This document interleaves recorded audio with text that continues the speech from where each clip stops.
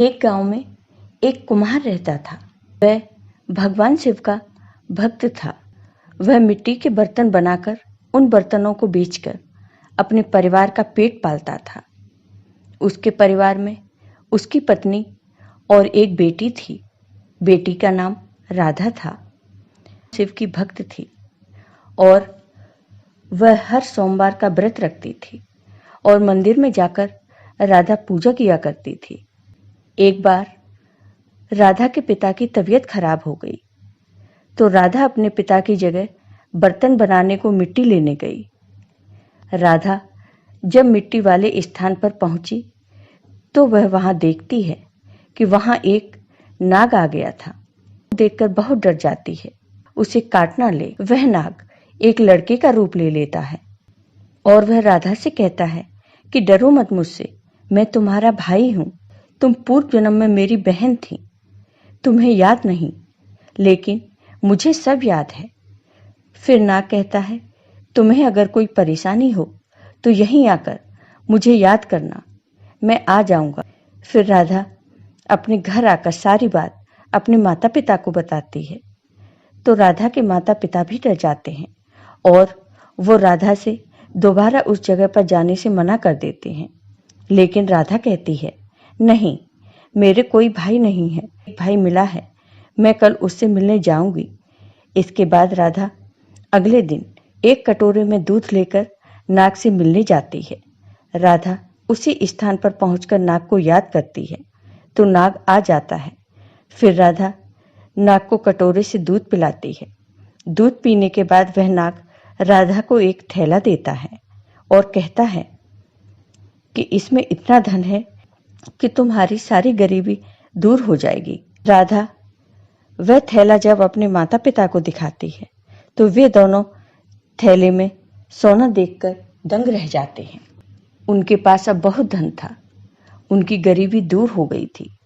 राधा के माता पिता भी उस नाग से मिलने जाते हैं। राधा के याद करते ही वह नाग वहां आ जाता है। तब नाग राधा के माता पिता से कहता है कि राधा मेरी बहन है, इसकी रक्षा की चिंता आप मत करना, मैं सब ठीक कर दूंगा। इसके बाद वे सभी एक दूसरे से मिलते रहते हैं। धीरे धीरे नाग की बात सारे गांव वालों को पता लग गई। गांव वाले उस नाग से डरने लगे। अगर हम में से किसी ने राधा के परिवार से कुछ कहा तो कहीं नाग हमें काट ना ले। फिर सभी गांव वाले मिलकर राधा के घर जाते हैं। नाग को यहाँ से जाने को कहें, इसके यहाँ रहने से गांव का कुछ अनर्थ ना हो जाए। मगर राधा के माता पिता ऐसा नहीं करते तो गांव वाले मिलकर बातें करते हैं कि नाग को मार देंगे। यह सब बातें राधा सुन लेती है। वह उसी स्थान पर जाते हैं और नाग को याद करते हैं। उनके याद करने पर नाग आ जाता है। फिर वे नाग को सारी बातें बताते हैं। तब नाग कहता है, उसके यहाँ रहने से गांव का कुछ अनर्थ नहीं होगा, लेकिन उसके यहाँ न रहने से गांव पर विपदा आएगी। बाद नाग वहां से चला जाता है। समय बीतता है। सावन का महीना आ जाता है। चारों ओर बारिश होती है, लेकिन राधा के गांव में बारिश नहीं होती। गांव की फसलें सूख जाती हैं। उन्होंने गांव वालों से कहा, तुमने उस नाग को यहाँ से जाने को कहा, इस कारण हमारे गांव पर यह विपदा आई है। तब गांव वाले कहते हैं कि तुम उसे यहाँ बुला लो।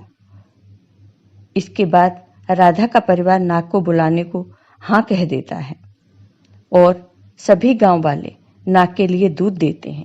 फिर राधा और उसके माता पिता उसी स्थान पर जाते हैं और नाग को याद करते हैं। उनके याद करने पर नाग आ जाता है। कहते हैं कि सभी गांव वाले अपनी गलती पर पछता रहे हैं, उनके दुखों को दूर कर दो। सभी गांव वाले चाहते हैं कि तुम यहीं रहो। तब नाग कहता है, मैं गांव वालों की परेशानी खत्म कर दूंगा। अब से यहाँ भी बारिश होगी, लेकिन अब मैं यहाँ नहीं रहूंगा। मैं राधा से मिलने हर नाग पंचमी पर आया करूंगा। इसके बाद नाग वहां से चला जाता है। गांव में बारिश होने लगती है। गांव के लोग पहले की तरह फिर से खुशहाल हो जाते हैं। अब वह नाग राधा से मिलने हर नाग पंचमी पर आया करूंगा।